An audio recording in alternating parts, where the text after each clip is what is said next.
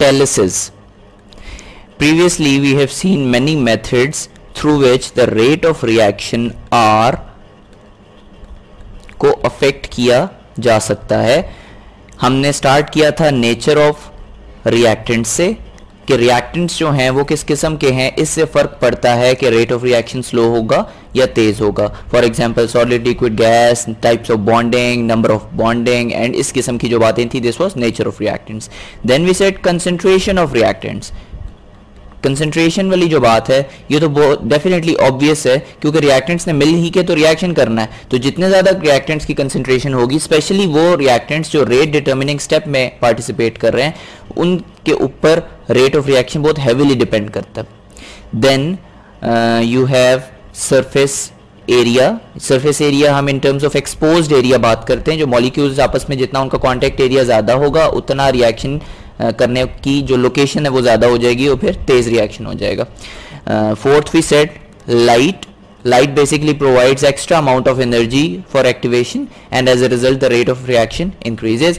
The final effect was seen in terms of temperature, and temperature basically increases the kinetic energy which consequently increases the effective collisions, and effective collisions जो बढ़ते हैं उसके साथ साथ rate of reaction भी directly proportional है, वो भी increase करना शुरू हो जाता है. And this effect is seen normally in terms of Arrhenius equation which describes K as a function of Arrhenius constant A and the activation energy R by T1, not let's say T, where T is the temperature and R is the gas constant. This equation is called the Arrhenius equation. इससे पहले हमने खासी detail के अंदर Arrhenius equation को describe किया है. इन तमाम मेथड्स के साथ एक थोड़ा सा प्रॉब्लम है. सबसे ज़्यादा जो इफेक्ट डाल रहा है आपके ख्याल में, इसमें सबसे ज़्यादा फर्क किस चीज़ से पड़ रहा है? जो आपके हाथ में होता है. फॉर एग्जांपल आपने रिएक्शन करवाना है HCl का, इसको आपने ऑक्सीडाइज करवाना है. ठीक है, let me right this reaction at the bottom. Let's come down over here. आपने HCl का रिएक्शन करवाना है with oxygen. This is called oxidation reaction. आपने HCl को ऑक्सीडाइज करवाना है and you want chlorine gas. ठीक है, आपने HCl को in other words chlorine gas में चेंज करना है एंड साथ में इस प्रोसेस में बेसिकली वाटर जो है वो भी प्रोड्यूस होता है. This is not a balanced equation. Here you have 4 and here you have 2 and 2 if you want to write it as a balanced chemical equation. Now it's completely balanced. आप इस reaction को तेज करना चाहते हो. अब इस रिएक्शन का कुछ ना कुछ एक रेट डिटर्मिनिंग स्टेप होगा और उसके हिसाब से इसकी कोई ना कोई रेट इक्वेशन बन रही होगी. फॉर एग्जांपल मैं मिसाल देता हूं कि इसकी रेट इक्वेशन बन रही है HCl की पावर 2 इंटू ऑक्सीजन की power 1. Now it's a third order reaction. ठीक है, ऑर्डर इसका ऐसे पता चलता है this number plus this number, so order is equal to 3. It's a third order reaction. HCl के ऊपर बहुत हेविली डिपेंडेंट है और ऑक्सीजन के ऊपर भी किसी हद तक डिपेंडेंट है. नाउ फॉर दिस रिएक्शन, अगर आप रेट ऑफ रिएक्शन बढ़ाना चाहते हो, आपके पास अगर HCl की अमाउंट और ऑक्सीजन की अमाउंट भी फिक्स्ड है, अब आप रिएक्टेंट्स की कंसंट्रेशन तो चेंज नहीं कर सकते. और आप देखो क्या क्या आप बदल सकते हो. नेचर ऑफ रिएक्टेंट्स भी नहीं आप बदल सकते क्योंकि वो तो जो है वो वही है. अब ऑक्सीजन गैस है, आप उसको सॉलिड तो नहीं बना सकते ना. ऑक्सीजन गैस तो सॉलिड की फॉर्म में आप बना भी नहीं सकोगे, वो तो गैसेस ही होगी. ठीक है, बॉन्डिंग भी आप ऑक्सीजन की नहीं चेंज कर सकते, वो तो जो है वो वही है. इसका मतलब है नेचर ऑफ रिएक्टेंट्स पे आपके हाथ में नहीं है, ये तो जो है वो वही रहेगी. कंसंट्रेशन ऑफ रिएक्टेंट्स जो है, हाँ, ये किसी हद तक आपके हाथ में होती है. यानी अगर आप HCl को ज्यादा डालना शुरू कर दो, क्योंकि HCl जो है वो उसके स्क्वायर पे डिपेंड कर रहा है रेट, तो अब HCl अगर आप ज्यादा डालोगे तो आपके पास फिर ऑक्सीजन भी ज्यादा बनेगा. ऑक्सीजन कह रहा हूँ, क्लोरीन गैस भी ज्यादा बनेगी. बट अगेन अगर आपके पास एक fixed amount of HCl present है तो कंसंट्रेशन पे भी कोई खास फर्क आप नहीं डाल सकते. सरफेस एरिया आप कैसे बढ़ाओगे? सरफेस एरिया बढ़ाने के लिए मैंने आपको बताया था कि अगर आपके पास सॉलिड है तो आप उसको अगर पाउडर्ड फॉर्म में कर दो तो जो एरिया ऑफ कॉन्टैक्ट है वो बढ़ जाता है. अब प्रॉब्लम ये है कि ना तो HCl सॉलिड फॉर्म में होगा और ना ही ऑक्सीजन गैस सॉलिड फॉर्म में. सरफेस एरिया आपके हाथ में नहीं है, सरफेस एरिया तो आप बढ़ा ही नहीं सकते. लाइट के ऊपर क्या कोई फर्क डाला जा सकता है? लाइट के ऊपर लाइट आप हल्की सी डाल भी दोगे, हो सकता है लाइट से इतनी एक्टिवेशन एनर्जी मिले ही ना कि इसका रिएक्शन हो. एक ही चीज बच जाती है, टेम्परेचर रेज कर दें. ठीक है, टेम्परेचर रेज करना हमारे हाथ में हमेशा होता है, हम हमेशा टेम्परेचर थोड़ा सा रेज कर सकते हैं, हीट सप्लाई कर देते हैं। और आप प्रीवियसली पढ़ चुके हो, जो इसे लास्ट लेक्चर था उसके अंदर मैंने आपको डिस्क्राइब किया है कि अगर हम लोग 300 केल्विन से 600 केल्विन तक अगर टेम्परेचर रेज करें, ठीक है, इसको 6 को ठीक से लिख लेते हैं, 300 से अगर 600 रेज करें which is approximately 27 degree Celsius, not approximately, exactly 27 से आप 327 डिग्रीज सेल्सियस पे आप टेम्परेचर को लेके आए, तो रेट ऑफ रिएक्शन जो है वो 1.7 बिलियन टाइम्स इंक्रीज कर जाता। ठीक है, तो बाकी सारे फैक्टर्स तो आप समझें कि उससे कोई खास फर्क नहीं पड़ता, सबसे ज्यादा जो फर्क पड़ रहा है वो बेसिकली टेम्परेचर से पड़ रहा है। तो फिर तो सारा मसला ही हल हो गया, फिर तो हमें हर रिएक्शन का टेम्परेचर बढ़ा देना चाहिए।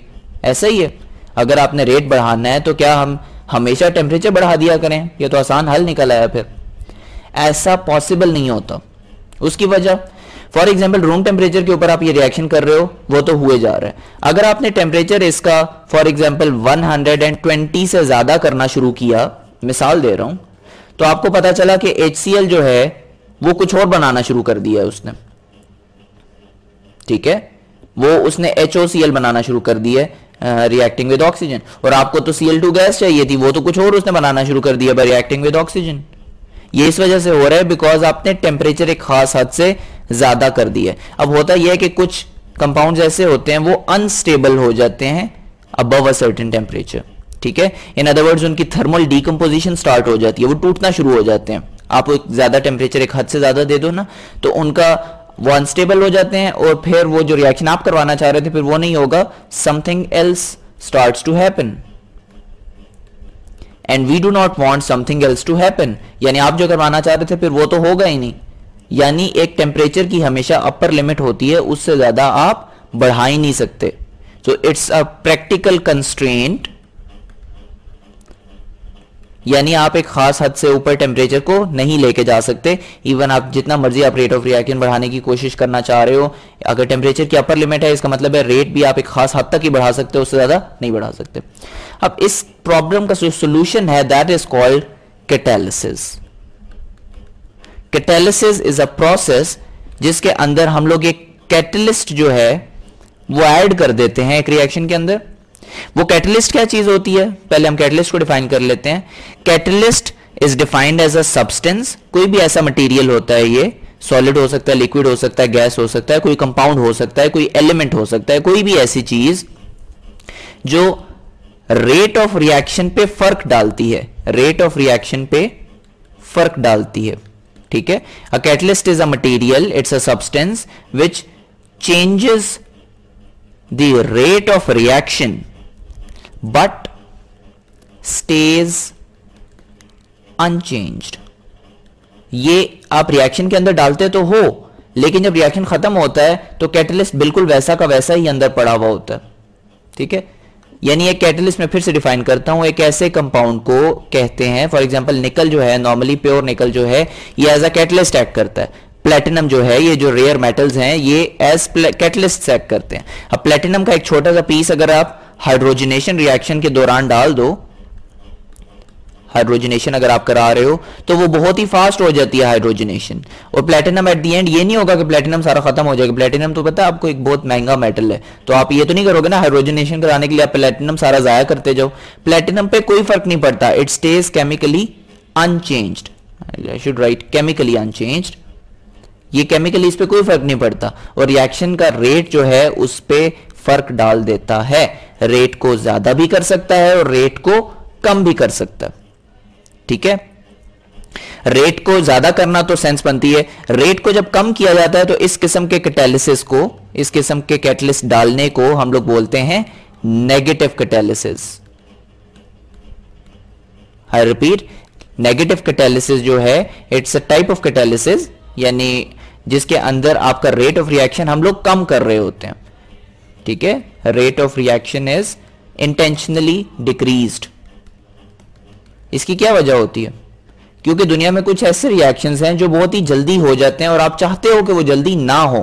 फॉर एग्जांपल जो गाड़ियों का इंजन होता है, it's a basically piston engine, इसके अंदर जब भी फ्यूल डाला जाता है ना, तो एक पिस्टन सा होता है, लंबा सा सिलेंडर होता है, उसके अंदर यूं एक पिस्टन मूव कर रहा होता है और यहाँ पे आपके पास फ्यूल होता है। ठीक है, यहाँ पे आपके पास फ्यूल और एयर का मिक्सचर होता है, यहाँ नीचे एक स्पार्क प्लग लगा होता है जो उसको आग लगाता है, तो ये पिस्टन ऊपर की तरफ मूव करता है जिसकी वजह से पहिया घूमता है। ठीक है, ये कहानी आपको ना भी पता हो, इट्स ऑल राइट। अब इसमें जो आपको ये काम की बात है कि जब ये पेट्रोल और एयर का जो मिक्सचर है, जब ये कंप्रेस होता है उसके बाद स्पार्क प्लग ऑन होता है। कभी कभी ऐसा होता है कि ये रिएक्शन इतना तेज हो जाता है पेट्रोल और एयर का कि ऑटोमेटिकली आग लग जाती है। ठीक है, जिसको हम बोलते हैं सेल्फ ऑक्सीडेशन। वो ऑटोमेटिकली उसको आग लग जाती है। ठीक है, जिसको हम लोग प्री इग्निशन भी बोलते हैं। प्री इग्निशन का मतलब है अभी आग लगने का टाइम नहीं आया था, उस पर पहले ही आग लग गई है, यानी अभी तक पहिया थोड़ा आधा ही घुमा था। ठीक है, यानी अभी यहां पे आया था, ये अभी तक यहां तक पहुंचा ही नहीं था पिस्टन कि उसको वापस आग लग गई अंदर और उसको फिर धक्का लगा पीछे की तरफ, वो यहीं से फिर वापस चल पड़ा। ठीक है, तो फिर वैसे अगर पूरा व्हील घूमने में प्रॉपर थ्रू आउट फोर्स लगती है, इस दफा जो है वो खास हद तक लगेगी, उससे ज्यादा नहीं लगेगी। इन अदर वर्ड्स बहुत सारा इनएफिशिएंट ये प्रोसेस हो जाएगा। अब हम ये चाहते हैं कि जो रिएक्शन है between oxygen and the fuel, जो भी आपने यूज किया हुआ है, octane normally as a fuel use हो रहा होता है, गैसोलीन जिसको हम बोलते हैं, इसको आप स्लो करना चाहते हो। इसको स्लो करने के लिए हम बीच में टेट्रा इथाइल लेड डालते हैं। ठीक है, टेट्रा इथाइल लेड बेसिकली क्या चीज है, एक लेड का कंपाउंड है, पीबी के साथ आपने 4 इथाइल ग्रुप्स लगाए हुए होते हैं। Ethyl group is basically CH3 CH2, 5 times आपने इसके गिर्द लगाया होता है। This is called tetra ethyl, 4 times ethyl group, and साथ इसके लेड है, लेड 4 यहां पे यूज हुआ है।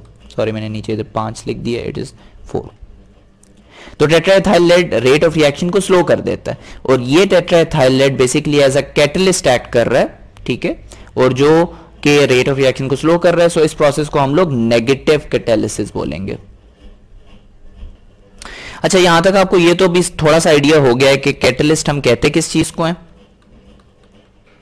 और कैटालिसिस करता क्या है। कैटलिस्ट हम किस चीज को कहते हैं और कैटालिसिस से होता क्या है, रेट ऑफ रिएक्शन पे फर्क। अब वो कैसे फर्क पड़ता है, क्वेश्चन एक्चुअली ये है, how does a catalyst affect the rate of reaction. अच्छा, रेट ऑफ रिएक्शन के लिए अगर थोड़ा सा हम पीछे चले जाए, 3-4 लेक्चर्स पीछे, हम लोगों ने पोटेंशियल एनर्जी डायग्राम के बारे में बात की थी, जिसमें वाई एक्सिस में हमने पोटेंशियल एनर्जी रखी होती थी और एक्स एक्सिस में रिएक्शन का पाथ होता था, यानी किस हद तक रिएक्शन हो चुका है। जो आइडियल कह रहा हूं, जो टिपिकल सा आपके पास ग्राफ बनता था वो हमेशा कुछ ऐसा होता था, यूं करके ऊपर जाता था एंड देन नीचे आ जाता था, यूं करके सेटल डाउन हो जाता था। यहां से ग्राफ स्टार्ट होता था, ये आपके पास रिएक्टेंट्स थे, रिएक्टेंट्स की आहिस्ता आहिस्ता पोटेंशियल एनर्जी बढ़ती है।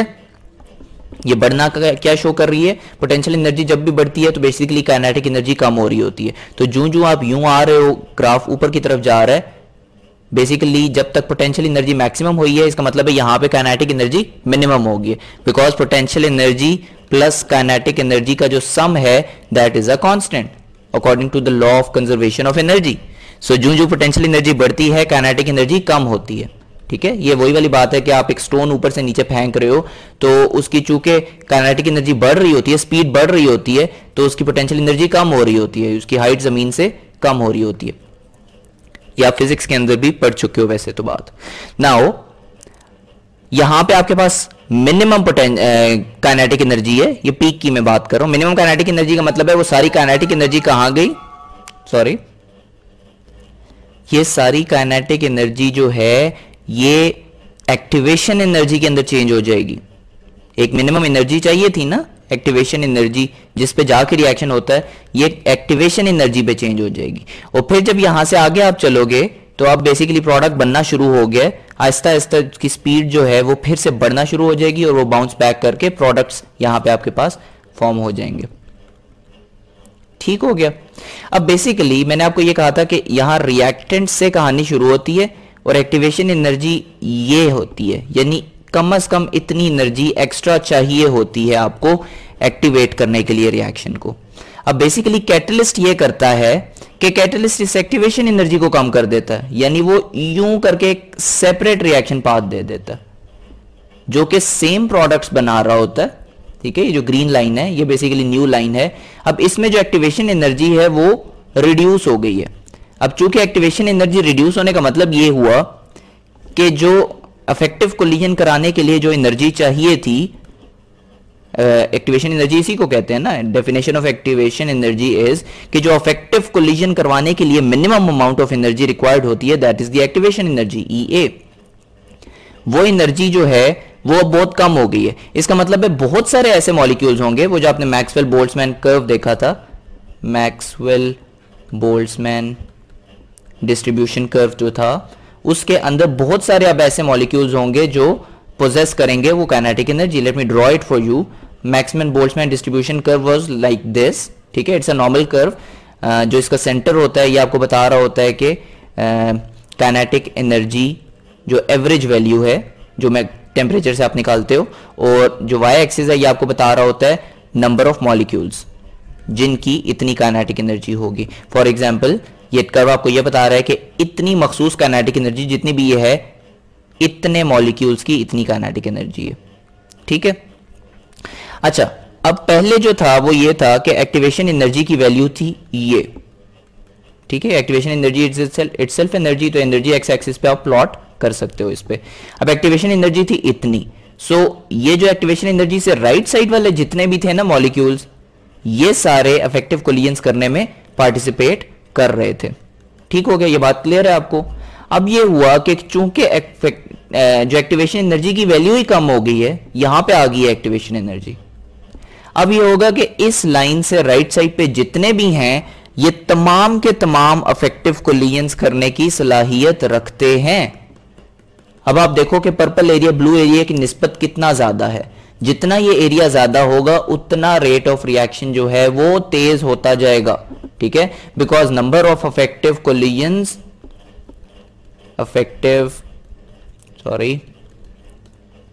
Collisions is directly proportional to rate of reaction. तो जो इफेक्टिव कोलिजन्स अब बढ़ते जा रहे हैं, क्योंकि आपका एक्टिवेशन एनर्जी बहुत कम हो गई है, तो बहुत सारे ऐसे एनर्जी वाले मॉलिक्यूल्स होंगे जो अब एक्टिवेशन एनर्जी से ज्यादा एनर्जी पोजेस करते हैं, और वो तमाम रिएक्शन में फिर पार्टिसिपेट करेंगे। इमेजिन करो अगर एक्टिवेशन एनर्जी आप इस हद तक कम कर दो, फॉर एग्जांपल अगर यहां पे आप ले हो एक्टिवेशन एनर्जी, तो फिर सोचो कि कितने ऐसे मॉलिक्यूल्स हैं जो रिएक्शन में फिर पार्टिसिपेट करेंगे। फिर तो ये सारे, ये जितना भी ये सारा एरिया बन रहा है, ये तमाम के तमाम जो हैं ये इफेक्टिव कोलिजन्स प्रोड्यूस करना शुरू कर देंगे। In other words, rate of reaction will be very, very high in that case. So, a catalyst does what?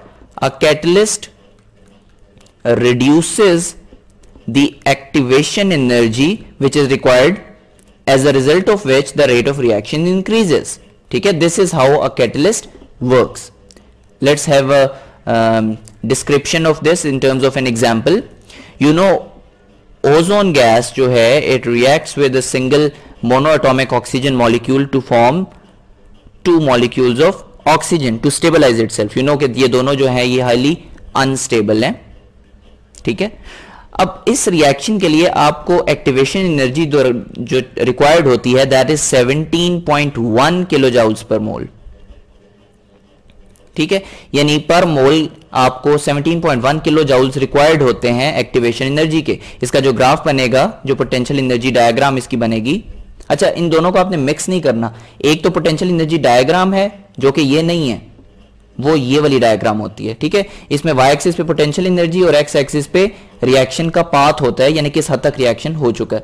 जो नीचे वाला डायग्राम है ना, ये वाला, this is called Maxwell Boltzmann curve, Maxwell Boltzmann curve या डिस्ट्रीब्यूशन, या इसको हम नॉर्मल डिस्ट्रीब्यूशन भी कहते हैं, ठीक है। ये दरमियान की जो लाइन होती है ना, इसे लेफ्ट और राइट साइड पे एग्जैक्टली एक ही चीज होती है इसके, ये एक सिमेट्रिक ग्राफ होता है। अच्छा, लेट्स कम बैक हियर। मैं आपको ये बताना चाह रहा हूं कि जो आपकी पोटेंशियल एनर्जी डायग्राम होती है वो इस रिएक्शन की टिपिकली कुछ इस तरह की होती है। ये ऊपर जाता है पहले, ठीक है, ऊपर जाता है, यहां पीक तक पहुंचता है, और उसके बाद नीचे बहुत सारा नीचे आ जाता है, यहां पे आके सेटल डाउन हो जाता है। बहुत सारा नीचे आने का प्रैक्टिकली आप मतलब समझते हो, यानी ये आपके रिएक्टेंट्स थे ना, this was your reactant and this is your product. Product की जो बेसिकली पोटेंशियल एनर्जी है वो कम है निस्बतन रिएक्टेंट्स के, जिस बात का मतलब ये हुआ कि ओवरऑल एनर्जी आपको वापस मिल जाएगी। प्रोडक्ट्स की इतनी एनर्जी है, रिएक्टेंट्स की इतनी थी, तो फाइनल माइनस इनिशियल करोगे तो नेगेटिव आंसर आएगा। इट्स एन एक्सोथर्मिक रिएक्शन, और होना भी चाहिए। It's a very highly exothermic reaction. उसकी वजह यह है कि ये दोनों अनस्टेबल चीजें हैं जो स्टेबल होने की कोशिश कर रही हैं, तो जिसमें डेफिनेटली एनर्जी ओवरऑल रिलीज होती है।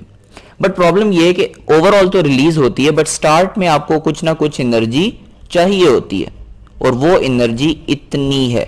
ये एक्टिवेशन एनर्जी है जो कि 17.1 किलो जाउल्स पर मोल है, जो आपको हर सूरत रिक्वायर्ड है। Okay, so this lecture is getting longer. Let's just pause it over here. We'll continue right from this place. हम इसी ग्राफ से आगे इससे नेक्स्ट लेक्चर के अंदर स्टार्ट करते हैं।